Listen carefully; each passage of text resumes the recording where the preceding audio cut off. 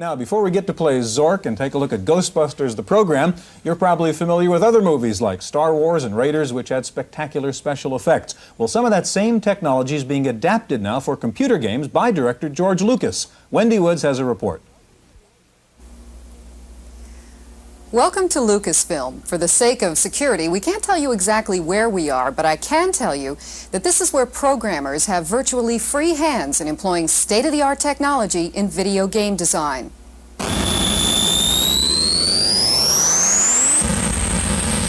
Rescue on Fractalus is one of the first two games from the movie company. The player sees his or her point of view and a world where space, form, mass, and velocity are true to life. This is accomplished in part by use of a geometrical formula called the fractal. We didn't have a marketing organization breathing down our necks saying, you have to get this done in 3 weeks or something. And rather than worrying about that part, we're just told, do the best you can do something which is new, which really pushes the art of video games and video technology as far as you can make it.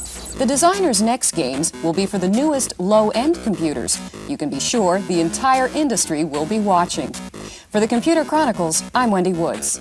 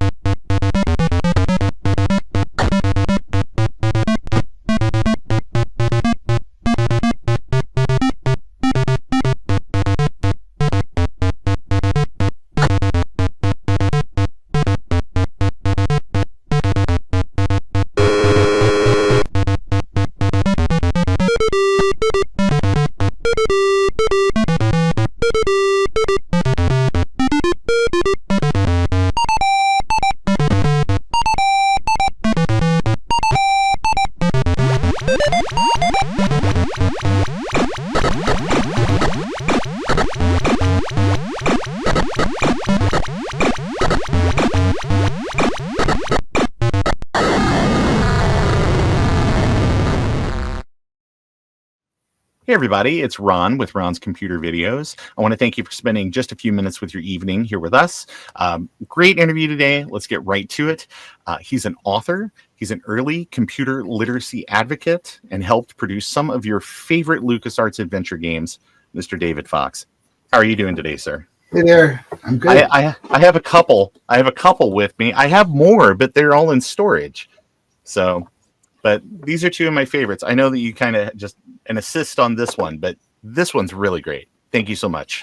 I wish I could say I did anything with that one. I didn't, because I think I was gone by then. But Pipe Dream, I think I was the producer on. Right. Yeah.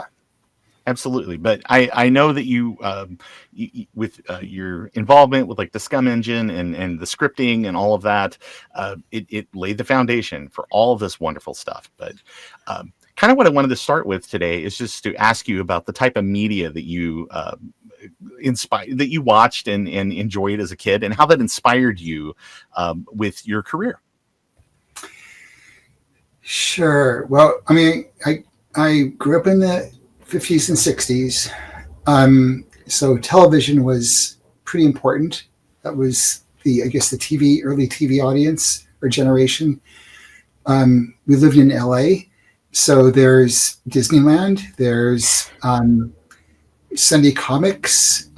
We talk about Rube Goldberg later on. I remember as maybe a 5 or 6-year-old reading the Sunday comics with the Rube Goldberg crazy contraption type strips where you have a single panel and all the steps of what happened, A through whatever, A, B, C, D, and then you can try to follow what actually happened in that. And I feel like that might have been my first programming experience, the logic of what happens and what happened after that,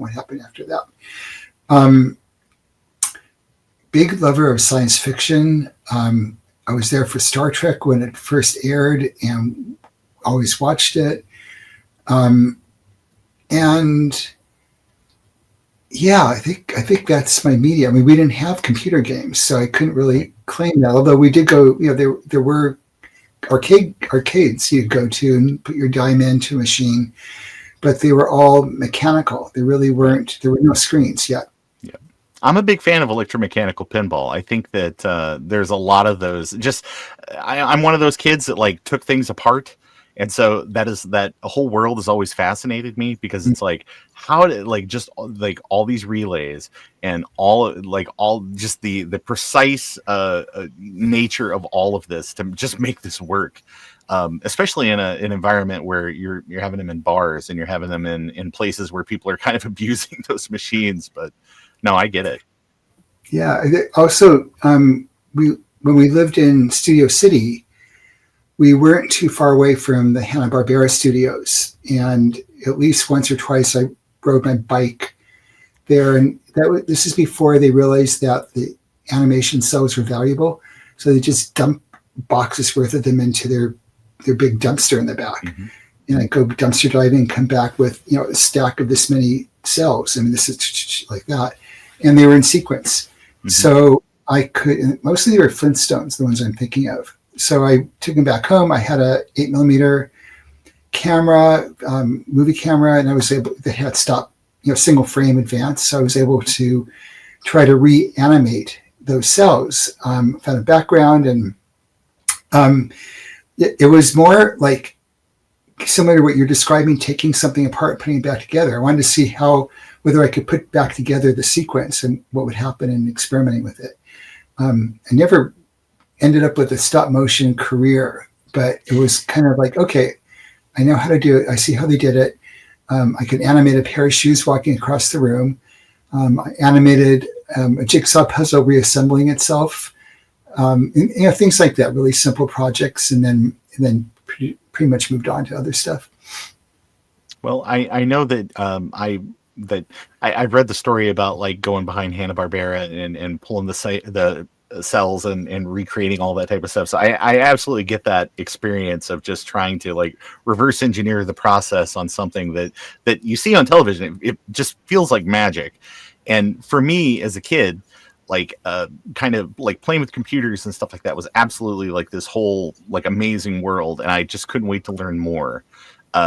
So I know when computers started to kind of be more of a big thing in like not only just business and things like that, but like coming down to more of a personal level. What was the point that you got started with computers and programming? And I know that you had some time that you spent at the Homebrew Computer Club back in the day. Do you want to tell us a little bit about that? Yeah, well, I guess the first real computer, I took a class in high school at a junior college, and I guess when I first started at UCLA, I took a class on programming. But, this is paper tape or punch cards, so it's anything but interactive. In fact, you write your program, to enter it into the paper tape or the punch cards, come back the next day after they would run it, give you a list of the syntax errors. Then you have to do it again and come back the next day, and then you find the logic errors. And I did not like that process. I think I'm much more like doing by the seat of your pants, where you try it and then oops, error, reload, fix it, and immediate feedback. So I kind of say, well, this isn't very fun. Forget this. It was also like, programming a calendar or things that were just not fun. But then I switched colleges from UCLA to Sonoma State, which had a humanistic psychology program I was really interested in. And as one of the things I remember doing there is a field trip to Stanford Research Institute. And they showed us an early version of the game Space Wars, where you have like a CRT connected to a mini computer somewhere, and on the screen was like a little triangle which represented your ship, and you could move around with the letter, probably either the arrow keys or the letter keys on the keyboard, and fire and shoot stuff. And it was interactive. I think it may be a 2-player game, and something just sparked. It was like, okay, now I'm interested in this. I want to know more about this. But I kind of parked it, and ended up doing counseling I was a counselor. I was doing counseling for a few years, had a practice. Then I felt like there's got to be I'm wondering if there was a way to use computers to help people in a different way, where more people at once, like with a game, where by playing the games, you learn something about yourself and you end up changed in some positive way. And I was thinking of like really far out, like, interactive Disneyland level, where we have a whole theme park where everything's interactive. And realize, okay, I don't know really much about computers. I could learn about them maybe by opening a public access microcomputer center. So my wife and I did that opened in 1977. And for the process of like learning more about them, I went to a few meetings of the Homebrew Computer Club down in, I guess it was at Stanford. And it was kind of overwhelming. I just remember them talking a different language. It's like every other word was, I recognized some of the words, but most of the words they were using were technical words I never heard before. And so I was like kind of like trying to absorb it and understand what they were saying. I realized, okay, I don't need to know computers at that level to do what I'm doing, because there are now, at that point, there were several computers that were now available assembled, where you don't have to do the kits, you don't have to put them together yourself. So opened the center. We really was intended as educational, so we were teaching classes in programming in both basic and pilot. Most of the visitors were kids on field trips or birthday parties. We did classes for kids and adults separately in programming basic. And I also, because you're a nonprofit, we got a lot of early game companies sending us their games for free. And then we would, in exchange, we would,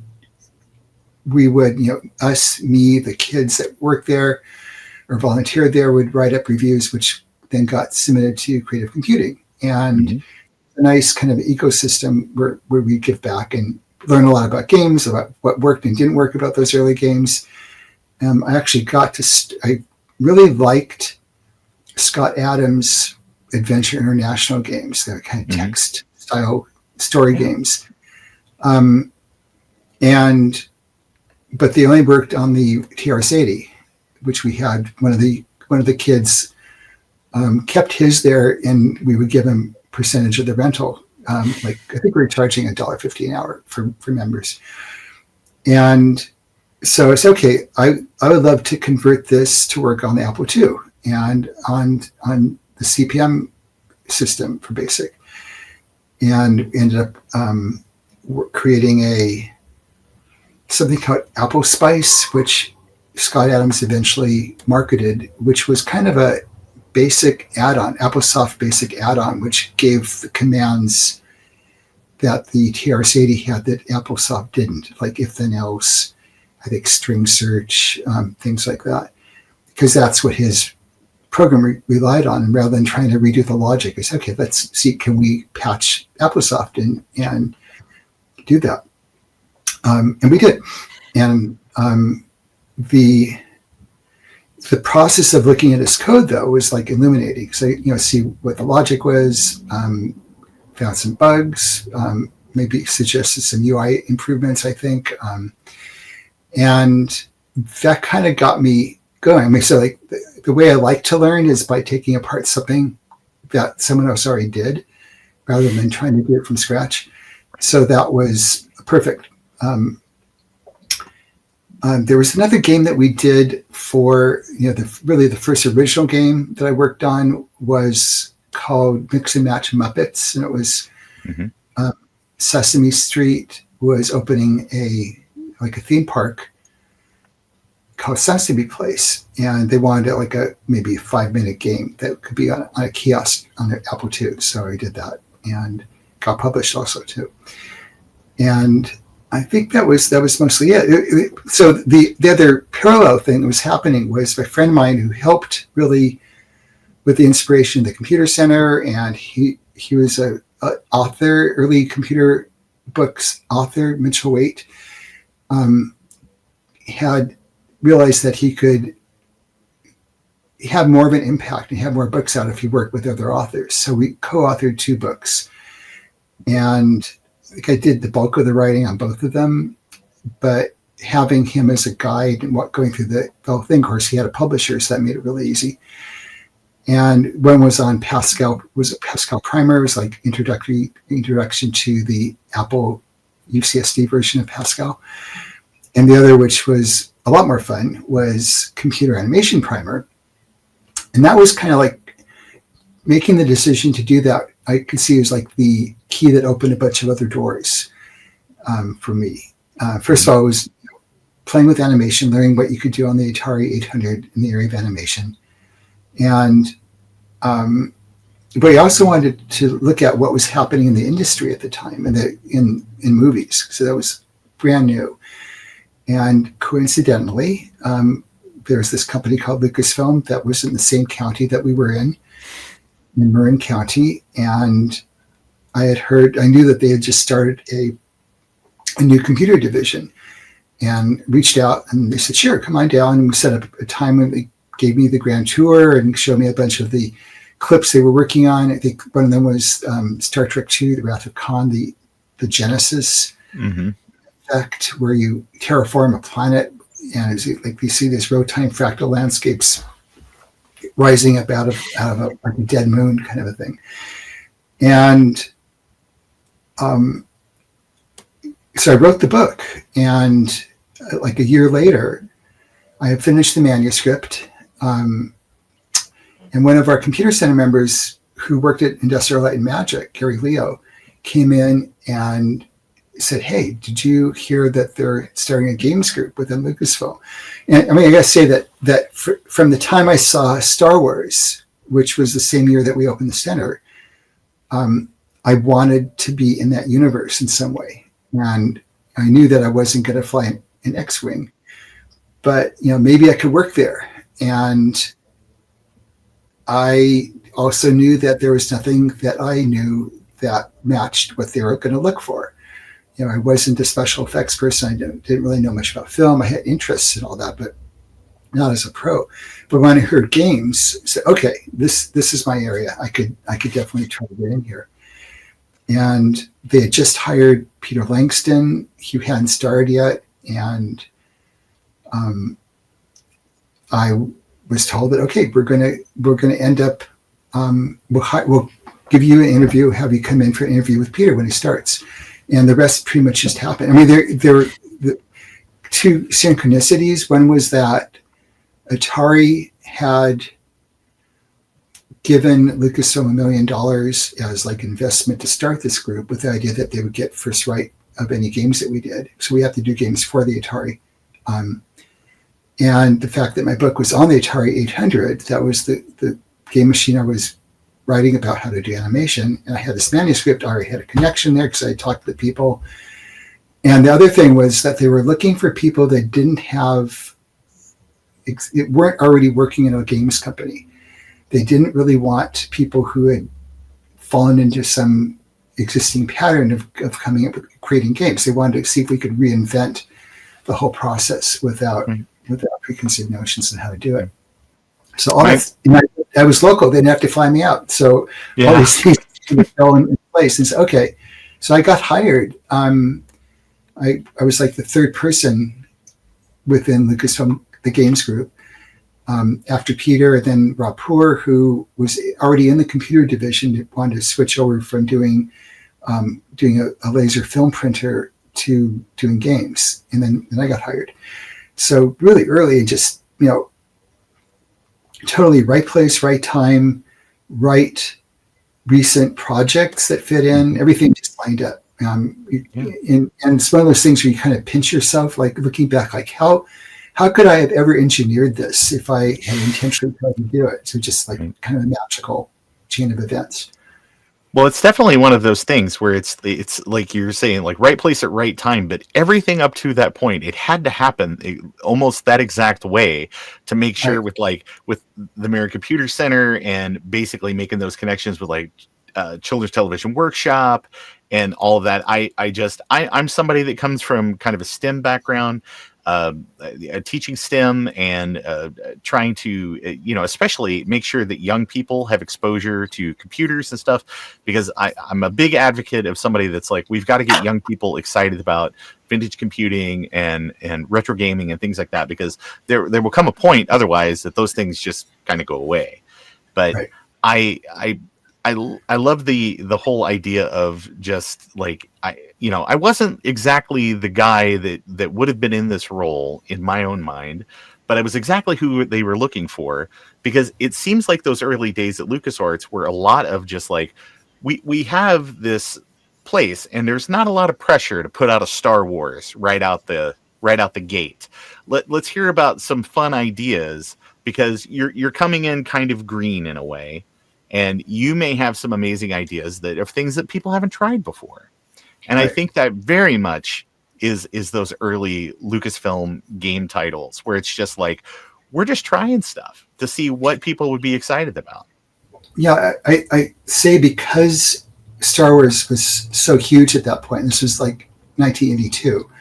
So the first two films that had already been released were huge hits. Return of the Jedi would be coming out like a year later. Mm-hmm. And we were super aware that the expectations for anything that Lucasfilm was going to do would be super high. And that was very intimidating for us. And they're really smart. They said, hey, don't worry about it. The first two games, let's do two games at first. You do one, David. Dave Levine was going to do one. And let's consider them throwaway games. They're experimental. They're going to check out our theories about game design and game process, game implementation. How can you use the Evanston Sutherland vector screen, computer screen to do prototyping, for example? Or how can you use a VAX? We had our own VAX 750 mini computer that we use for development instead of trying to develop on the target platform. And just things that were kind of combining computer sciencey stuff with, we were running all our stuff was on Unix, so it was not what you probably would see in a normal game company.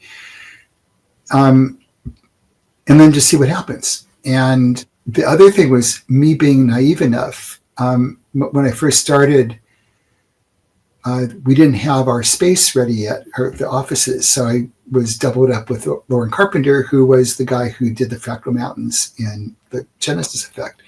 Because he was kind of known for doing fractal fly-through type stuff. And I wanted to do a game that felt first-person, point of view, exhilarating. I wanted the feeling of like flying down the trench in Star Wars. But I found out really fast we weren't allowed to do Star Wars games for the first decade.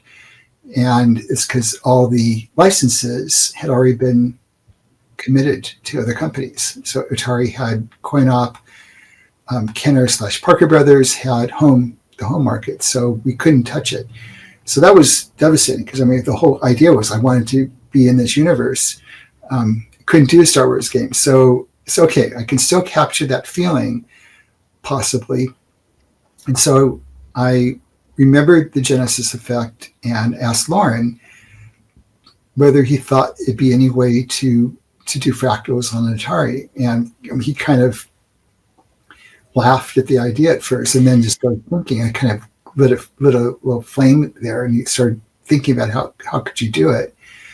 And eventually, within a few days, had brought home an Atari 800, learned 6502 assembly and the innards of the computer, and came back with a working demo of just flying through a landscape of randomly generated fractal mountains.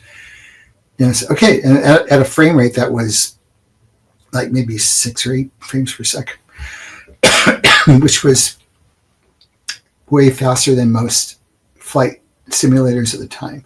Oh, yeah. So, okay, we're going to do it.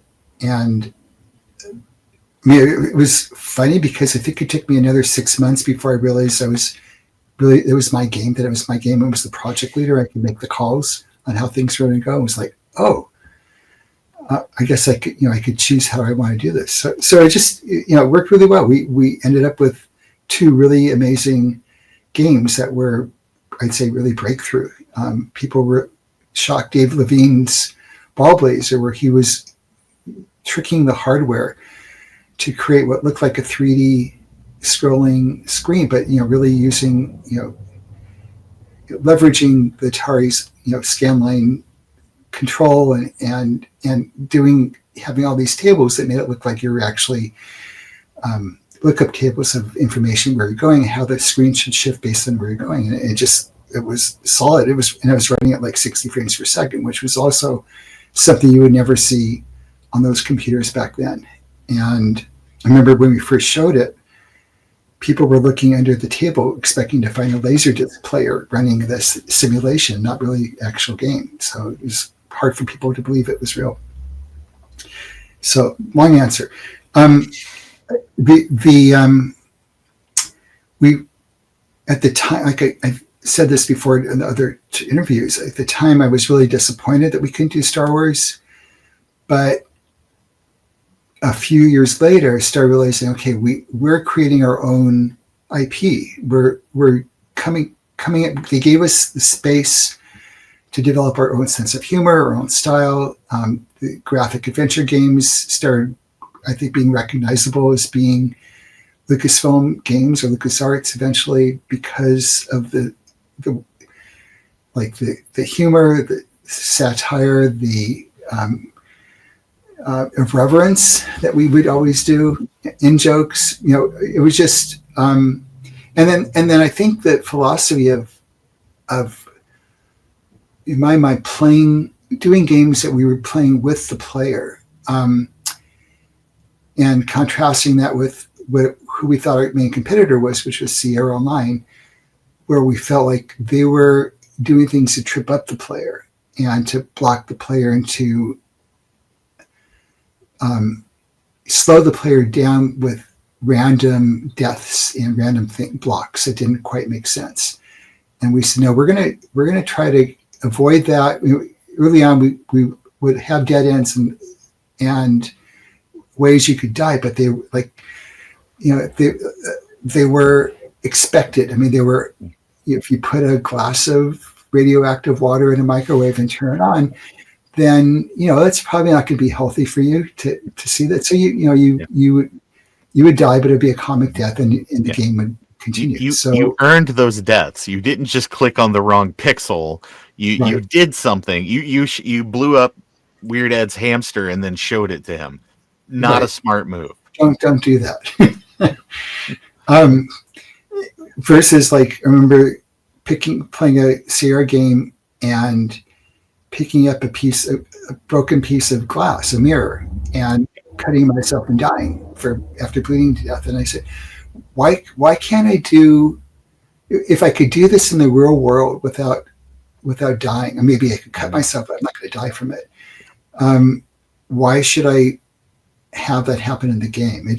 So it kind of felt like I was picturing these programmers in the room thinking of sadistic ways to kill or stop the player, and so you feel like you're in opposition to the designers or the programmers. Where I wanted our games to be partnerships in a way, where you really want the player to have the win, to get through to the end of the game, and you want to give them help in a way that wasn't hand-holding, but it just felt like you were moving them along.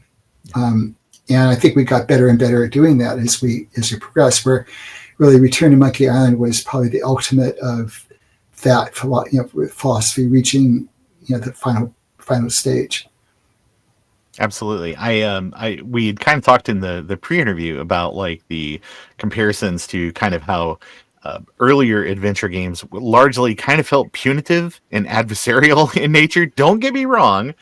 I do like King's Quest. I think it was an interesting game. It's sort of it was kind of a first, but I really think that Zak McKracken and Maniac Mansion absolutely changed things, because you can die, but it was earned.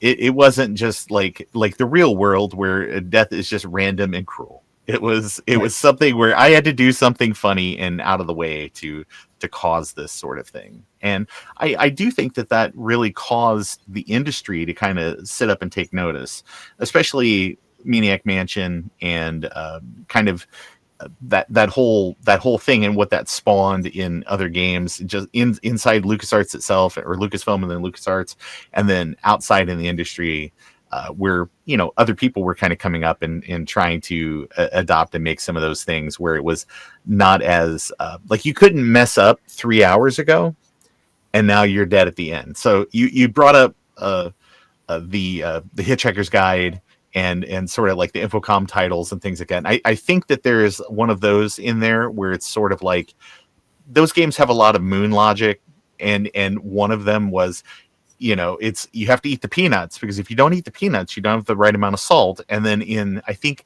about 30 minutes into the game, you just die because you didn't follow Ford's advice, and all of that, or so I appreciate what you guys were going for, that it was more of like a little pat on the back, little handhold, but that we were playing it together more than trying to get just constantly beat down by the game.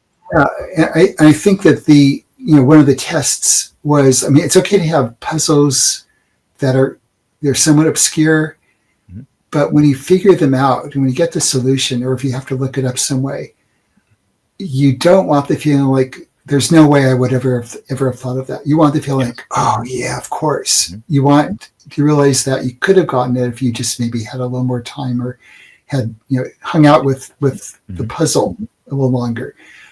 But if you think that it was unfair, that the solution was unfair and really random, obscure, then that would be, to me, a sign of a poorly thought out puzzle, because you don't want them to feel ridiculous in that way. Sure. It's funny, but they should have a logic which works. So there's a door that's painted shut. I can't open the door, but if I use a paint remover on the door, now I can. That feels like a puzzle that, as a kid, took me a bit to maybe make the connection, but makes sense at least. It's not that moon logic thing, which I know that there's a few of them, but I think Monkey Island especially is just sort of like zany, and you have to think about the world from that zany kind of point of view. So I know that people will talk about the chicken pulley, where it's you combine the items so you can go across the rope, or the monkey wrench in Monkey Island 2, where you literally use the monkey as a wrench. Sorry, spoilers for anybody that hasn't completed Monkey Island 2 yet, but I just sometimes that crept in, but it was, at least it felt like it was a joke, and that now you're in on the joke more than just like, oh, you didn't understand. You should have called our hint line. Right. I think one of the puzzles I liked most that I did in Zak McKracken was the chain. Again, spoiler alert, but it was the chain. You knew that you needed to get some breadcrumbs for the bird, to attract the bird, but you stuck with this loaf of old sourdough bread that was so hard that when it got dropped out of a window, it cracked the sidewalk. So how do you take this thing, which is impossibly hard, and get breadcrumbs from it? And this is probably tough for people in Europe, where having a garbage disposal is not common. So I wasn't thinking of that, but the idea that you have a garbage disposal in your kitchen, which you usually use to get food ground up and go down the sink and washed away. But if you took apart your sink, then you have this food grinder essentially that you could use to make the breadcrumbs. Yeah. So I wanted stuff which felt clever, and that the player would feel clever by figuring it out, because that's that was the win situation. Absolutely. I know you worked on a lot of different things there at LucasArts in different roles, where it was either you were the production manager on the entire game, or you worked sound, or you're somebody that was in the office that was just that resource that people could go to that had the answer on how to do something. I absolutely, just reading the list out on Moby Games of all of those LucasArts titles that you had like some role in. I mean, it's like, I don't think that there's very much that happened that you didn't have like at least like a thumbprint on here and there. Yeah, well, we were. It was a very collaborative studio. In this, the only other time I felt that level of collaboration would have been working with Ron on Thimbleweed Park in Monkey Island, or Return to Monkey Island, and because we both had this common experience of collaborating with a team.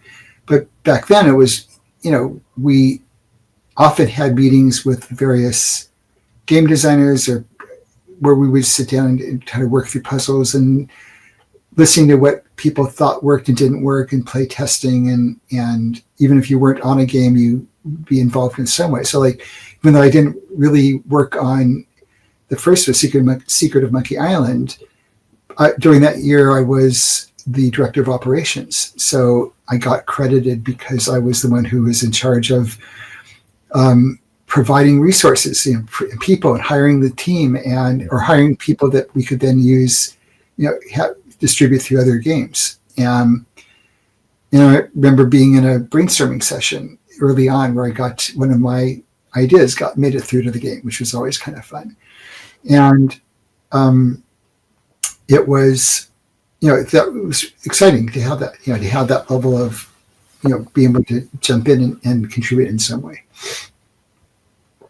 I appreciate your contributions, because again, some of these games are very formative for a lot of people's experience in sort of like adventure gaming and later like just puzzles and interactive fiction in general. But there was a point where you did say, hey, like, there's other opportunities and things out there to go and do, and you left LucasArts and you formed a new studio called Electric Eggplant.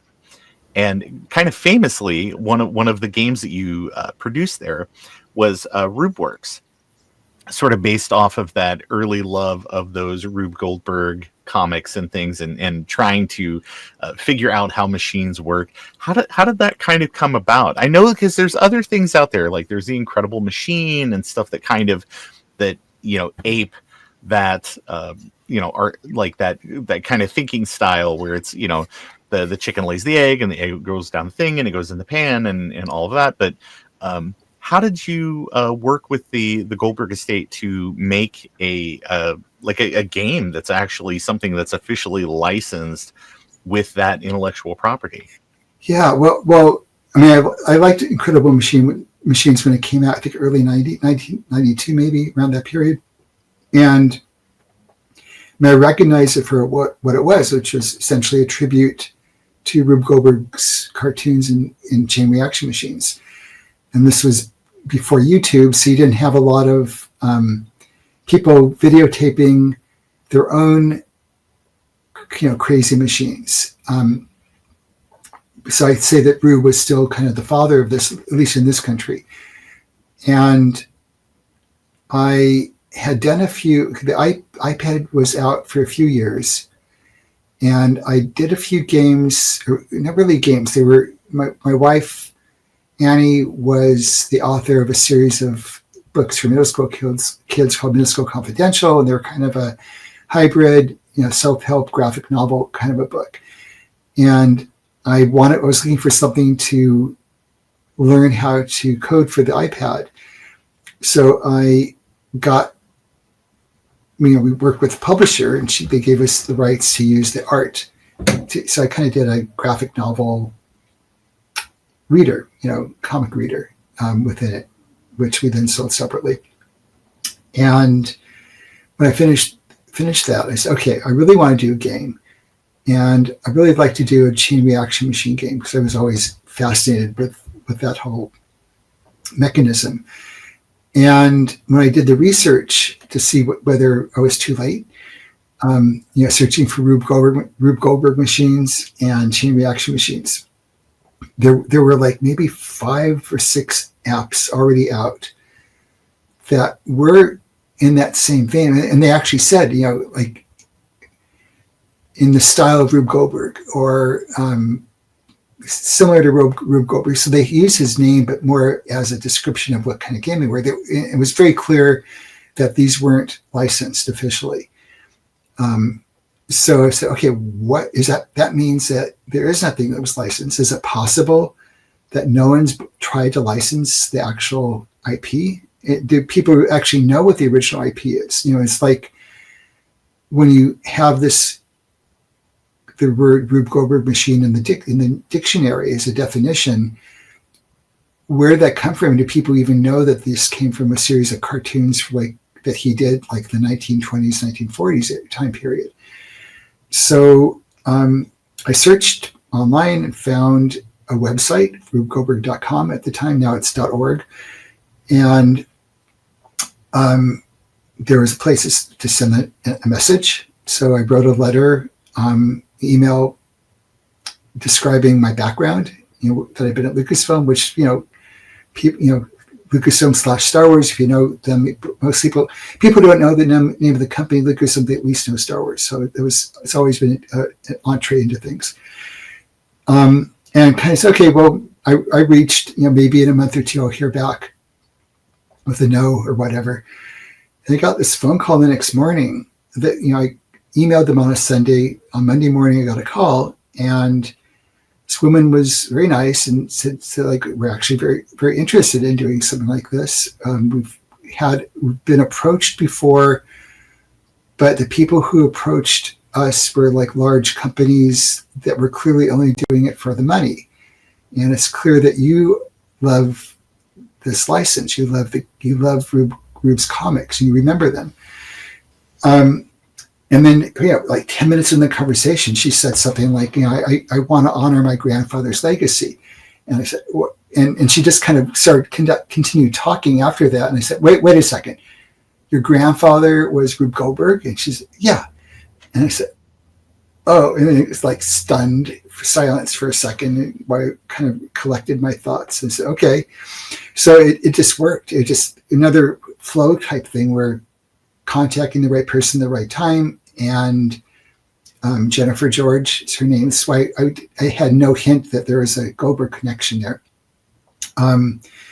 She ended up as my co-executive producer on the project. So, a lot of inside information about her grandfather who she remembered. And it's really important to me to honor the original cartoons. So that was the whole idea. It was like, how do we take these original cartoons and turn them into mini graphic adventure games? And, rather than like a 20 or 30 hour game, it's just like a 10 to 20 minute game level finish.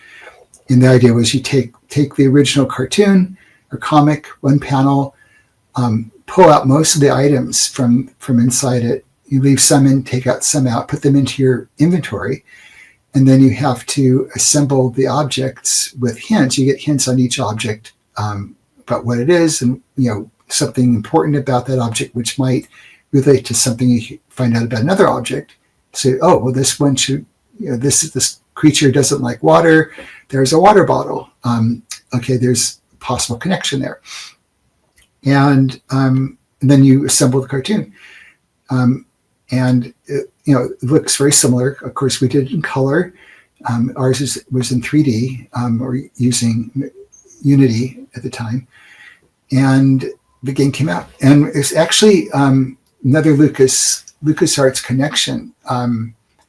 When I got the rights to do it, I was still looking for funding. And one of my friends who used to be at Lucasfilm Games or LucasArts was Tony Garcia, who at the time was the VP of Business Development at Unity. And when I went to him, he said, well, I don't have anything yet, but I think I might have something for you.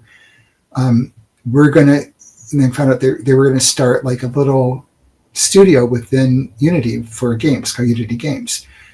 So they ended up funding the project. And I hired, since I wasn't a Unity programmer, I didn't have my own in-house team, I hired Calani Games, and Calani Stryker was another ex-LucasArts person. So again, working with someone else where we had a common understanding of what polish means or what schedule means and what fun means, and was it some match.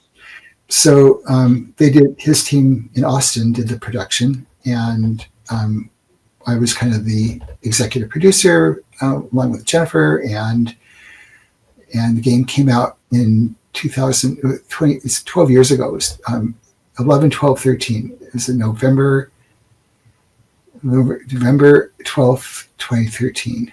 I'm actually working on adapting the game to VR. Oh wow! I was going to say, because the original game, you can still buy it. It's still on like the Android store. It's still on the Apple App Store. It's still on Steam. So I mean, it's out there. Yeah. I picked it up today because as part of doing the research, I picked it up. So I'm looking forward to playing it because I'm too a fan of all of that. So well, I'm curious to hear what you think. 12 years later. Yeah. I mean, the weird thing was looking back at what things we had to do to choose to do back then to make sure it would work on 3-year-old technology at the time it came out. So there's things we could have done very differently if we had stronger, more powerful computers and more memory. But looking at the Oculus Quest, which is more capable than the hardware we were targeting at the time. I did a prototype. I'll send you a link to a YouTube video that showed one of the levels so you can get an idea. But came up with an idea of taking these screens that show, in the original game, you have the screen which looked into a room that you could look around and slide it around and move things around. So what if I just take that and put it into a shadow box and leave everything the same inside of that shadow box, and then you reach it with your fingers and pick up the objects and move them around. And that's what we did, and got a prototype that was in a kind of a closed beta at the time it was called App Lab, which is part of Meta's I guess trial studio before it's where things would go before they went to the big store. Now you could actually get things into the main store. But then realized that so much of the original UI was still showing through. There was a lot more work we would have to do to bring it up to release level. So I kind of put that on hold while I was helping my wife publish her 2 novels that she had written in the interim. But now, having just come back from MetaConnect last week, reconnected with a friend, and it looks like we're going to start moving forward with this again. That's great. So, hopefully it'll see the light of day in some period after we get funding and go to the next stage. Excellent. We have the Quest 3, or at least my son does. He plays it up. I don't get to get anywhere near it, but I do buy a lot of games for him where I'd be like, hey, this is something you seem like you'd like. And I always get a review back, but he's like, Dad, these are games like from when you were like a kid. And I was like, yeah, but they're still fun, right? And he goes, you got me. They are. So hopefully this will be something I plan to show him on the iPad and stuff later. It's like, hey, check this out. We'll play this together. Soon after it came out, I was doing these, at the time it was Skype. So Skype in the classroom visits where I had the classroom would buy the game for the kids would play through a bunch of levels, and then I do a visit for an hour or half hour and just let them answer, essentially AMAs. They were asking me questions about the game, and I'd ask them about how far they did, what they liked about it. Got some really great pictures of students, on their iPads playing through the game, and it was often as part of a Rube Goldberg unit where they were going to play the game first, and then in teams build Rube Goldberg machines, chain reaction machines. And I think the game helped by getting them into the thinking mode of out of the box thinking, what can I use this for? Rube was famous for taking common items and doing crazy things with them to tie them together to make the final machine work. Of course, he would always have animals in his machine doing things. You can't do that in real life. But you could still approximate the humor. And I wanted them to be funny. So that was the thing that really separated, I think, our game from the other chain reaction machine games, was that I wanted the humor to show through and to honor his original sense of humor. Critical Machines really was more about the mechanics of putting things together in a logical way, where I wanted the wackiness that he had. And some of it's actually dark. I mean, when you look at level 2, I don't give it away yet, but there's some dark humor in that one, which I loved. It was really irreverent, and it was like, okay, this is perfect. So yeah, check back in a while, and maybe we'll have it. I'll get you the link to the YouTube so you can include it in the show notes. Thank you very much. It's I'm looking forward to playing it, because again, I love that universe of things, and I'm one of those kids that would you go to the Scholastic Book Fair and you could buy those. It was basically just sort of like the books, where it was the small ones and they might include some stickers or something like that. But there would always be, between the Sniglets and between the whatever movie was out at the time, there were books that were trying to kind of reintroduce you to get you even on a zany level, get you excited about science and get you excited about physics and get you excited about all of these, how things work. And so that's why I always connected with that stuff too. Right. You also, as part of after you kind of leaving LucasArts and doing other things, it's once you get out, it always seems like they pull you back in. It's a different team of people. It's like you were saying, where it's we worked together, in the past. We worked at LucasArts together and things like that. How did and I love this game, and I can't say enough good things about it. And I always recommend it to people that are folks that are, especially young people, that want to get into adventure gaming. They see some of these old things, and maybe it looks a little, inaccessible in a way, just because of conventions have changed, and we've got the formula boiled down to the point now where it's really good. It's really good now. But how did you get involved with Thimbleweed Park? Well, I've always admired Ron. I got to work on Ron on 2 games at LucasArts, or LucasFilm Games, the Maniac Mansion, which was his game, him and Gary Winnick's. And that was the first SCUMM game, the engine that he developed to make it easier to do these games. And he had finished the engine. He and Gary had a design. I say rough design. It was he had the rooms mapped out, but the actual puzzles weren't really all finalized yet. And he said, "Hey, would you be willing to do some, try out being a SCUMM programmer, being the first SCUMM programmer other than him, and help me code the game?" I said, "Sure." I wasn't working on a project at the time. I don't remember what I had just come off of. And so I started doing it, working with him, and I think I guess I had the ability to know who was really the keeper of the vision on a project. And so when there was, I'd say, "How about this?" And he said, "No, that doesn't quite work, or it doesn't work." My ego wasn't "Oh, he doesn't want my idea." It was okay, I can see that. And then, come back with another thing later on, which he might like. And it just, it was a really good experience. And in Indiana Jones and the Last Crusade, we got to work together again, along with Noah Falstein. And that was a very intense, quick project, because we had a hard deadline when the movie came out. So we put 3 senior designers on the project together. So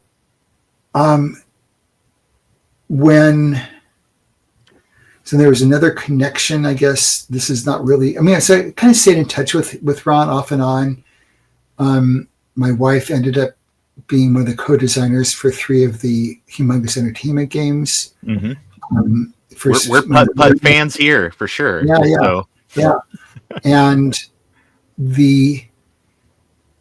sometimes he'd be working on a game. He'd have me do a focus test where or play test where he'd sit me down and let me play it and talk it through, out loud, what I'm thinking, what my thoughts were, what I think was supposed to happen. And you just, take notes. And so, he had ongoing, he and Noah came over to brainstorm with me on Rube Works in the early days. Like, here are different ways we could go. And what do you think about this? And we spent like a couple hours just talking about the game early things. So he had a contribution there. So when he and Gary decided to do this new game, they were going to do it as a Kickstarter. They did do it as a Kickstarter, but he invited me to look at their Kickstarter page pretty early, like a month or two before they announced it, and just gave my feedback and said, this looks like could be a lot of fun. Hey, if you guys have a successful Kickstarter, I'd love to be a part of it. And he's okay, noted. And that's pretty much what happened. I mean, I think he was really surprised by how quickly it passed its original target.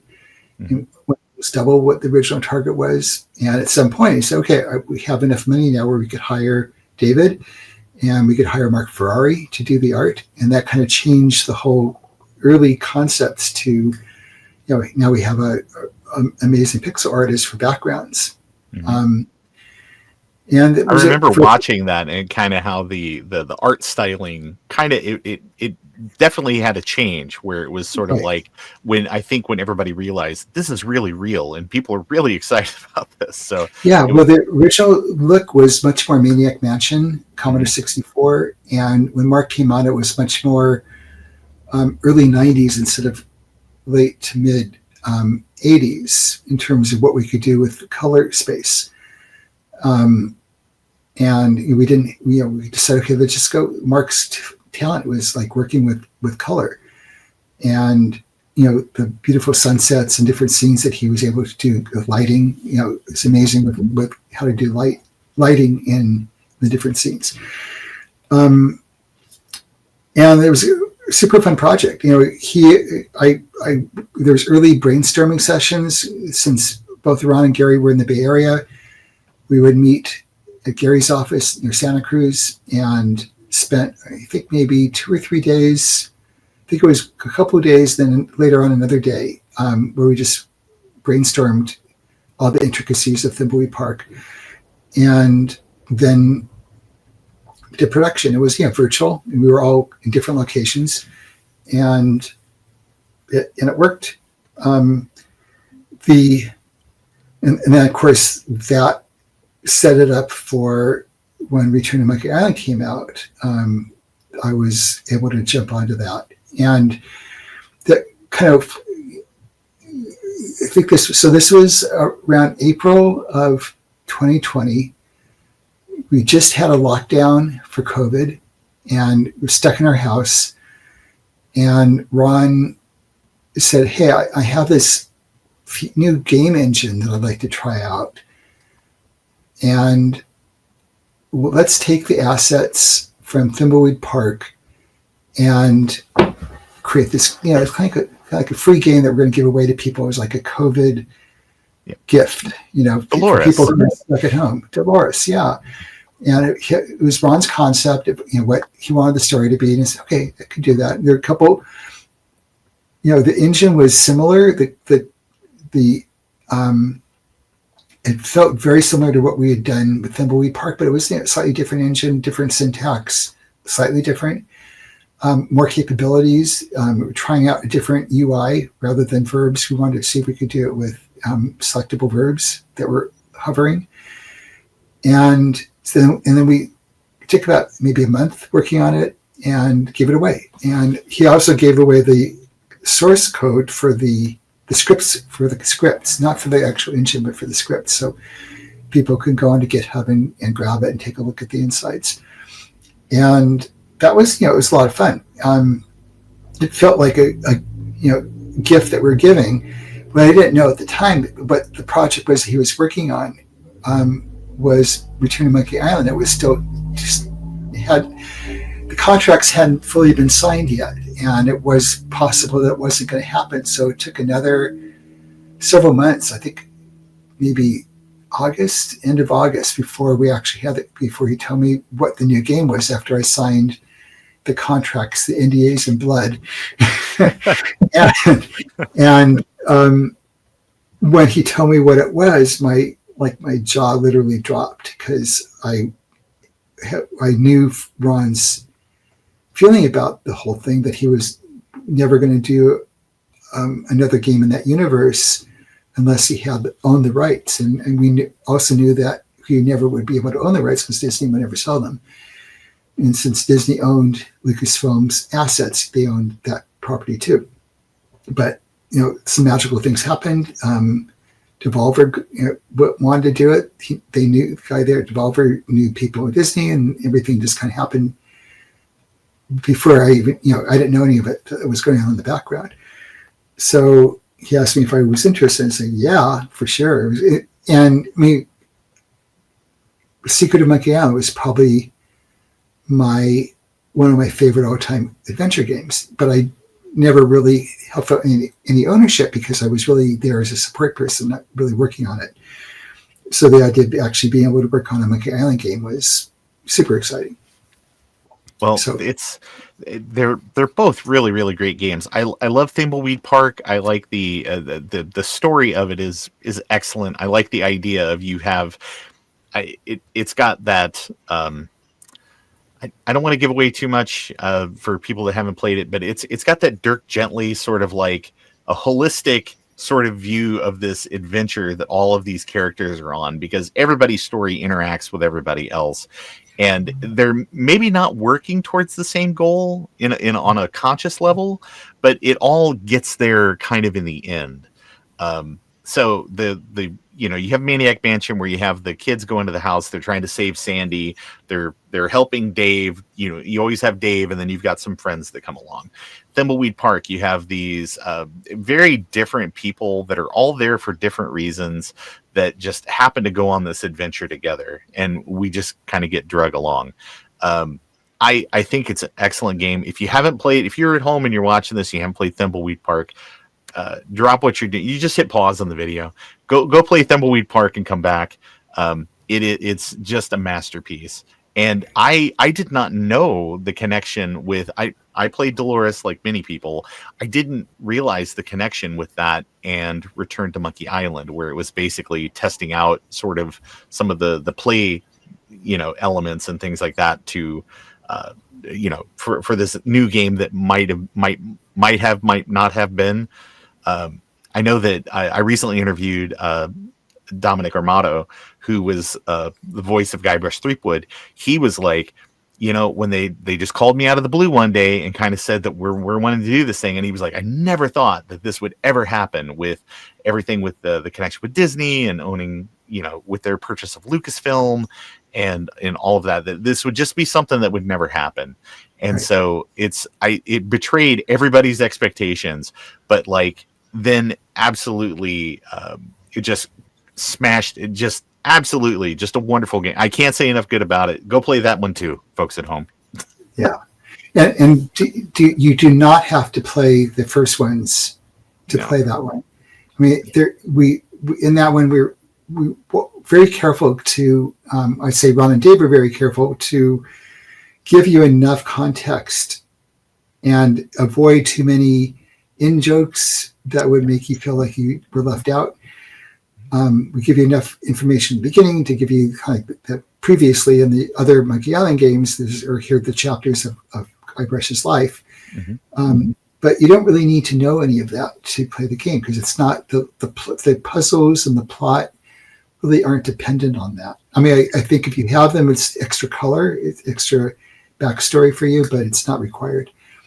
And I feel like that's, I think it might be the new and what might be the easiest entry point, because there's so many things that we did to help you, like built-in hint book, essentially hint system, the to-do lists that automatically get populated, so you don't forget what you were trying to do right now, or all the things you could try doing, and the other, I love their idea of doing this.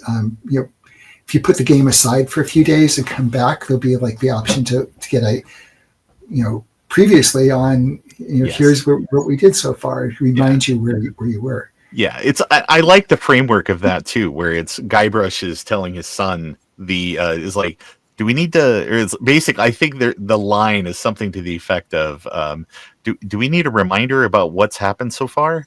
And you can be like, oh, I'm good, or you can just like, listen to a recap so that way you can remember. So yeah, I mean, it honestly it doesn't require any prior knowledge of the franchise to be able to play it, because there's just enough exposition, there's just enough dialogue that kind of will catch you up on things.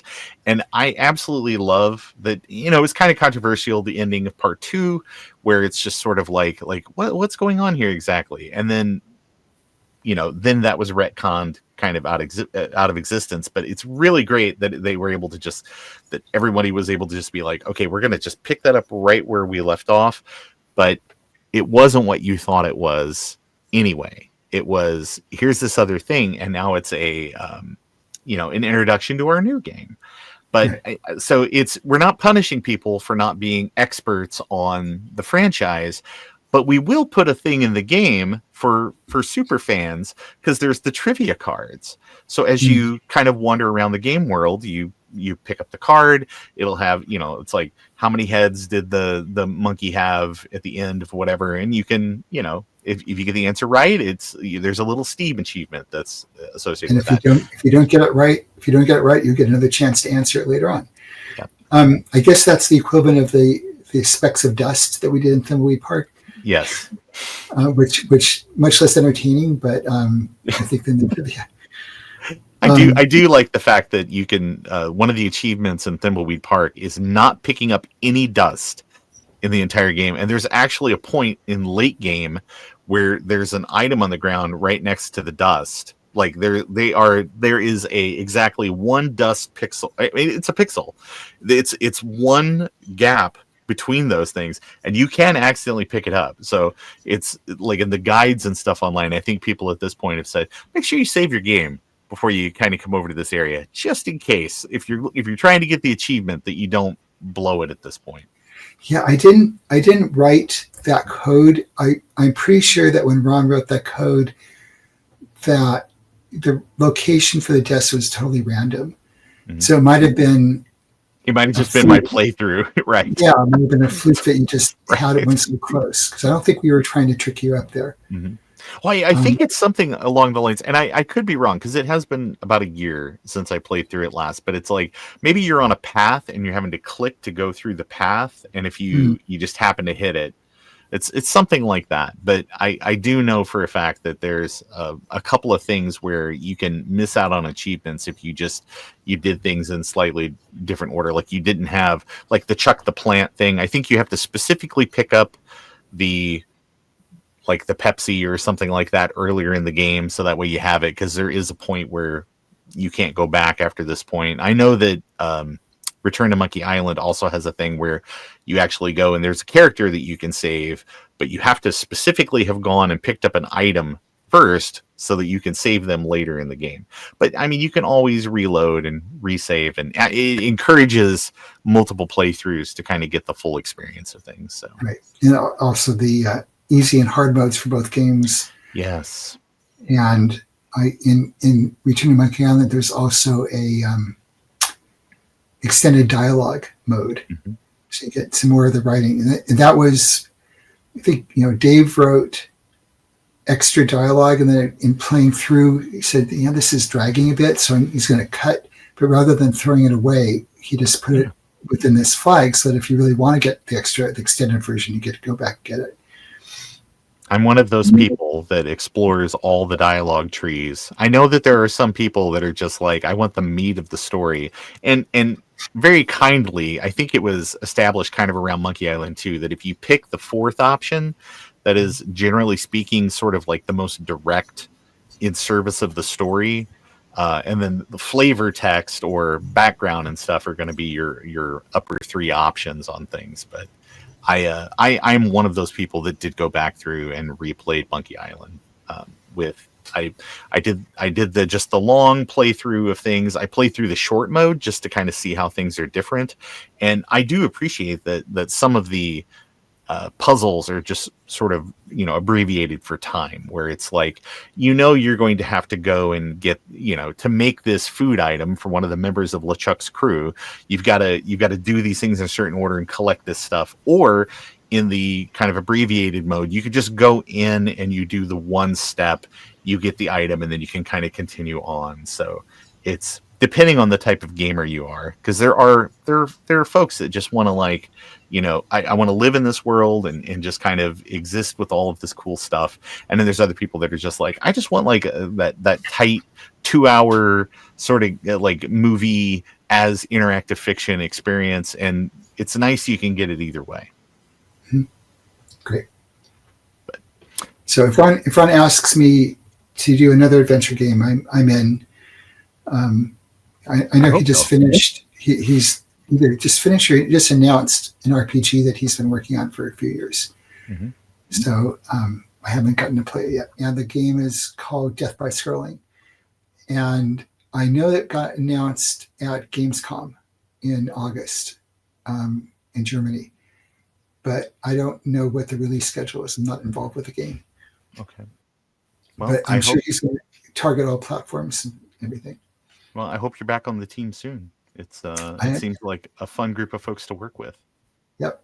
But let me ask you this: what is Elaine Marley a good roommate? She's very quiet. She just every once in a while jumps up and kind of behind the couch like that, and otherwise she's great.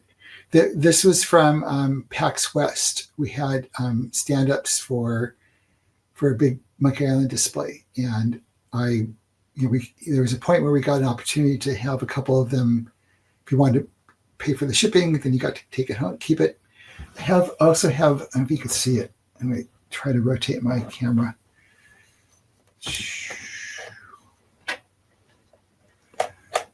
There. Can you see the pirate there? Yes. On the far side. So that's a stand-up of the photo pirate at the end of Return to Monkey Island. Yes. Remember that. You can stick your head behind the thing. Yeah. Yes. Without giving the ending away, which I without spoilers and stuff, because the game is eminently worth playing. Everybody should absolutely play it. But I love the ending. There's been a lot of discussion about it without spoilers or anything. It's sort of like, how do you, come up with a satisfying ending to this thing? And I think you have to lean into the fact that it's less about the destination and it's more about the adventure. And as a dad, I really appreciated the parent, like the passing of the torch in a way. And also just sort of the growth of all of the characters as well, where it's. Yeah, there. I believe there's 10 different final endings, depending on combinations of things you do before you get to that last scene. Mm-hmm. So if you haven't seen those, you could try to go back and check those again. Yes. It's a lot of fun, that's for sure. But what other interesting merch have you kept? Because I know that people often ask people, it's like, did you play the games you made? Did you keep any boxed copies of the games? I'm sure that there are a few mementos that you've picked up over the years. Yeah, I don't know if you can see. I mean, when I go to, there's a Thimbleweed Park. Yeah. Sign there from a show we did. I have some little Zak McKracken figure 3D printed things that people have given me.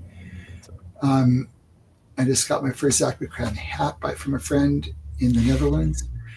And unfortunately, back in the day, we didn't really have any idea that our games would be that popular for more than a few years. So if I had known, I would have given up the 401k retirement program and just purchased boxes of, like cases of the games to sell on eBay afterwards.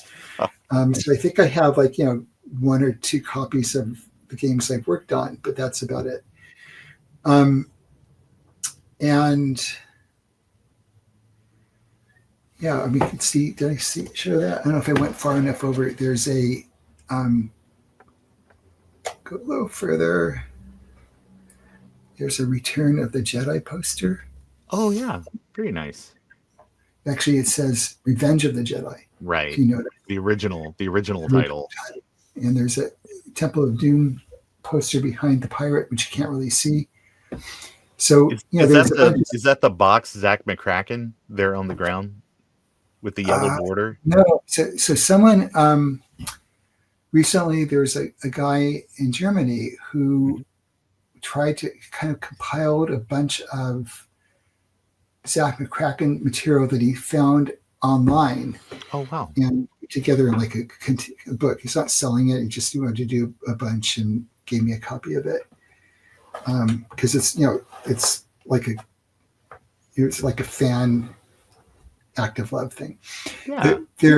I noticed that, I don't know if you haven't mentioned, but the background of your screen above and below is Rescue on Fractalus. Right. And when I went to, I gave a talk at DevCon in August, which is right before Gamescom in Germany. And I gave a talk on this game, which is my first game at LucasFilm. And in the research, pulling up a bunch of things I found, games that were influenced by that game, and learned a lot. It was really fun. Hopefully it will, in about 3 months, I should get access to the video and I can post it on YouTube or something. That'll be very cool. One of the things that was very fun was that there's a guy called Luke's Software. And he, for like last 12 years, he's been working on his, like an updated version of Rescue on Fractalus on modern computers. Wow. And it's like totally captured the game the way it was in my mind. If you had unlimited color space, fast CPU, they could do, mountain terrains at 60 frames per second, flying through the whole thing. And it's a free download. So just look for Luke's Software and the word Fractalus. And he has versions for Windows, Mac, and Linux. And there's actually a PC VR version as well. That's pretty amazing. Although I just remember being a kid and remember getting later in the later game, you had to kind of watch a little bit that you did not have one of the aliens over there banging on the door, or it was. I just remember being kind of scared. Yeah, like that. Well, people consider it to be one of the first jump scares in computer games or video games. And that I have to give the credit to George Lucas on that. Most of the time I was there, he never really interacted with us, but on the first 2 games, he actually came in when we were like maybe alpha stage and played out the games and had some very important suggestions for rescue. And one being, what if some of the time the pilot that you're supposed to be rescuing turns out to be an alien?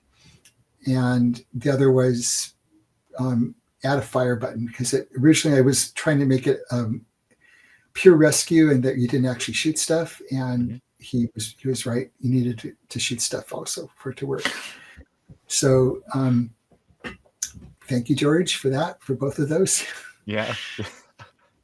Well, sometimes the boss comes in with a good suggestion that kind of, maybe, the Star Wars stuff is really good, but you know what? Kids love teddy bears. Let's do that in the next movie.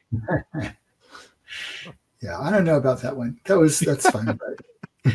Well, my son is named Obi, so it must have resonated with me on some level. So because it just keeps going. But well, I really want to thank you for taking time out of your evening and answering a few questions. I again, as someone that loves the LucasArts catalog, I really appreciate all of your contributions and stuff. And thank you especially for your contributions on Thimbleweed Park and Return to Monkey Island. Those games are such a love letter to the adventure gaming community, especially people that love the LucasArts kind of style on all of those. So it means a lot. Thank you so much. Thank you. Oh, I appreciate your ongoing support for all these years.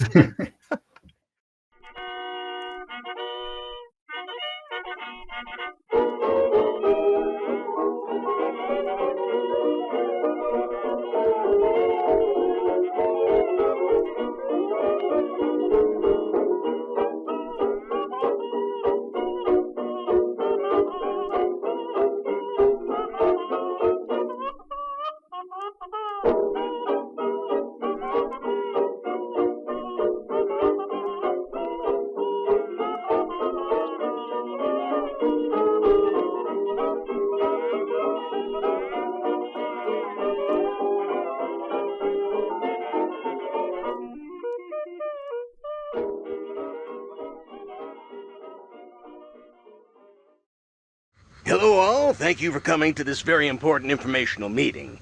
First I have to ask, any feds here? This is a small town where everybody knows everybody else and their business. When a couple of strangers start snooping around, word travels fast. So tell me again why you're here. I was assigned to the case by the Home Office in Albuquerque. There is no home office in Albuquerque. It's neat to know. Earlier this evening, we found a body down by the bridge. I don't remember calling the Federinos. Was the money deposited into my account like we agreed? I think it's time we came clean and told the truth about why we're in Thimbleweed Park. You first. What do you know about the Pillow Factory fire? Whoa, now! Are the feds looking into this case? No, he's just curious. He's a Pillow Factory fire buff. He's got a CompuServe chat room and everything. I better get ready to go on stage and insult the crap out of these Thimbleweed idiots. I hope your old diner gets hit by a meteor. You, old lady! You up the... You... Come on. Uncle Chuck wants me to program his factory computers, but I just want to design games. You are out of my will! You're giving up over $10 million! That's $20 million in 2017 dollars! It's me, Dolores. I'm a ghost. I want to give you a hug and say I'm sorry. I need to stay focused and solve this murder so I can get on with my plan. I need to get into that factory. This is my last chance. I'm not gonna blow it. I owe it to him to find out what happened. I'll never get to finish that delicious sandwich. Holy... This can't be! I thought the playable characters couldn't die in adventure games.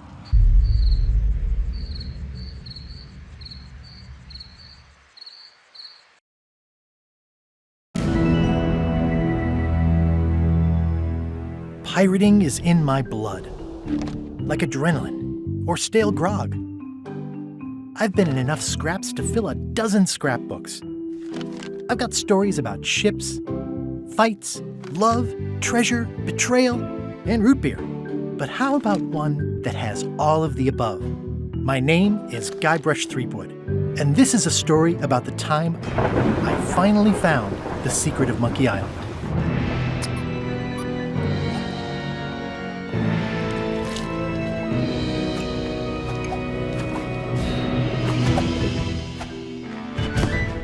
Guybrush Threepwood.